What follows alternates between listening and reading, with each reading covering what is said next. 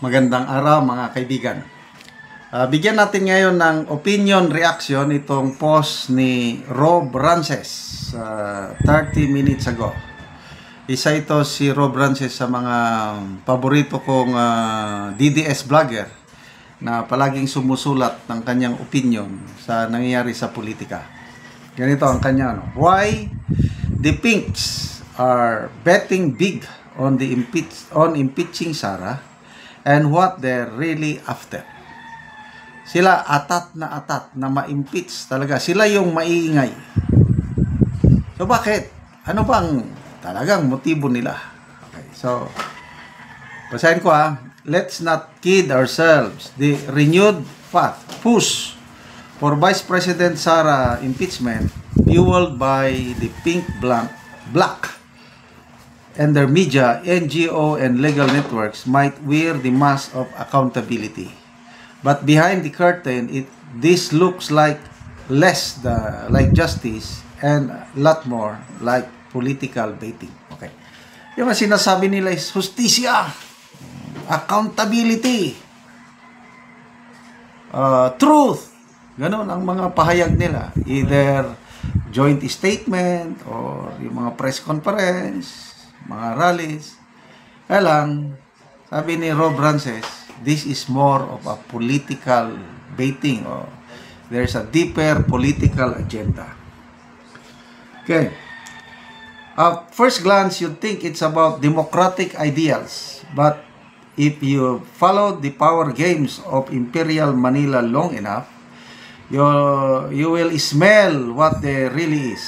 A trap disguised as a cause. And here's the kicker. This trap isn't aimed just at Sara. It's designed to let her destroy her enemies first before they strike her down too. Okay. Ito, i-summarize ko na lang ang ganda ng pagkasulat. Tinitira nila si Sara ngayon. Kaya lang, indirectly, tinitira din nila ang kalaban ni Sara. Sinong kalaban ni Sara? Ang term ni Sasasot, LBM. Lisa, Bongbong, and Martin. Yan ang LBM. So, magkalaban, LBM and Sara. Nandito ngayon yung mga pink. So, itong impeachment, tinitira nila ngayon si Sara, but in a way, tinitira din itong LBM. Okay. Pag gusto nilang masimulan ang impeachment trial, they're expecting na maraming pasabog si BP Sara. Kaya bloodbath, sabi niya bloodbath. Pag nag-trial na, lalabas ng mga ebidensya, maraming baho ng LBM camp na ilalabas si BP Sara. Kaya nga bloodbath So pag ilabas ni BP Sara ang mga baho ng LBM camp, di masisira ito. So ang mga pink, nandyan lang sa tabi, pumapalakpak yan, sige, kalabang kayo. Kung kahit anong outcome ng impeachment, example, acquitted si BP Sara, panalo. Kaya lang, nasira na ang LBM kasi inilabas na ni BP Sara ang mga sekreto ng LBM. So, ito, na-destroy na nila. Example, convicted si BP Sara. Ganun din. Maligaya. Kasi, pag na-convict si BP Sara, naalis na yung pinakamalakas na kalaban nila by 2028. Ang target ng Pink 2028. Gusto silang magpresidente. So, kung na-convict si BP Sara, tanggal na siya. Hindi na siya makakandidato. Ang naiwan na lang itong LBM na mas madali na nilang expose. Yun po ang opinion. Yung sinasabi dito ni Rob Rances. Okay. Why the pink networks are back in the game? Naglalabasan ng mga joint statements. May mga arsobispo na, mga college of law, mga law professors, mga networks na. What's the timing watch who's suddenly vocal. The legal organizations, the elite schools, the NGOs with long histories of anti-Duterte rhetoric. They're circling the Senate like it's 2017 again. But this time, they're not after due process. They're after a fractured landscape where they can walk in as the last moral alternative. Through this impeachment trial, sabay nilang nasisira ang kampo ng Duterte at kampo ng LBM. Dahil they're hoping na sirang-sira na ang BP Sara, no? O sila na lang ang alternative. Sila ang mga kakampi.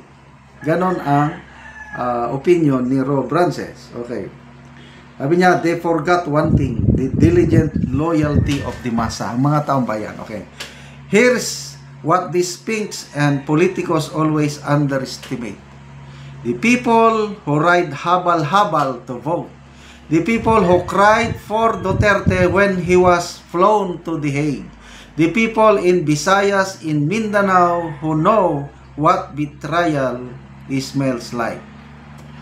The impeachment, if pushed too far, won't stay in the Senate. It will spill out into the streets, into communities, into people's heart, because to millions of Filipinos, this isn't just a trial, it's a war against the only leaders they have ever felt truly fought for them. So, nakalimutan nila ang masang Pilipino. Example, yung nangyari kay Gwen Garcia and Pambari 4. Bakit nanalo si Pambari 4? Kasi ang sugbuhanon yung masa, yung mga uplok, tama ba yung tawag? Tinawag nilang uplok. Nagkaisa ang mga uplok. O, binotohan. Kaya, sobra 300 million. 300,000 ang lamang ni Pam. Ganon din ito. Hindi nila ina-underestimate nila ang mga uplok. Mga taong masa na nasa. So, let the bloodbath begin. Kahit anong mangyari, panalong-panalo si BP Sara. And then, by 2028, tignan natin kung anong lakas nitong mga Pink, Martin, LBM na yan. Basta, kapit lang tayo. President Inday Sara by 2028. Okay, salamat mga kaibigan sa inyong pagsubaybay sa ating channel. Nakakatulong kayo ng malaki sa tribong Talandik ng Bukidnon. Dahil ang income natin sa channel na ito is pantulong sa tribo, may livelihood assistance tayo sa kanila. Nagpapatanim tayo ngayon ng Arabica coffee. Panoorin nyo ang video na ito. Naanami diri sa kapyan ni Angkol. Sige, mayong hapon sa tanan. Ako din si Arnel Garciano. Ako sa diri ka tumulog sa Lapok. Kanang mo kape. Kini akong kape, mga tulo na ka tuig. Nani na gid yang kalidad. Bunga na dagan bunga. Kana kay ngunod. So akong harvest ani nagsugod naman gani nanay yelo o kuno nanay pula. Pula. Kada duha ka semana mag-harvest na ko ani. Kada duha ka semana. So karon Kol magpalit mi og sidling. So tan-aw nato ang imong sidling. Oh, sige. Kay gusto pud mi nga mananom og kape. Gusto nga mo kay. Oh, sige. Nakoy pumunta na, Brad. Pila ka bulan magsugod ta garbis? Sa magsugod ta garbis karon na nga kuan. Ngani nga John, sugod na ta mag-harvest. Gikan sa atong pananom, Brad.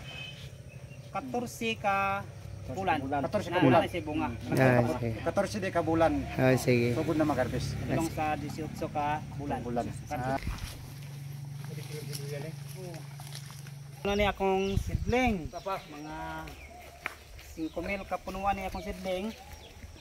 So karon na mo nagpalit. Ang presyo ani tag 25 ang isa. Isa ka punuan. Isa ka punuan. So ready na gini tanom. Oo.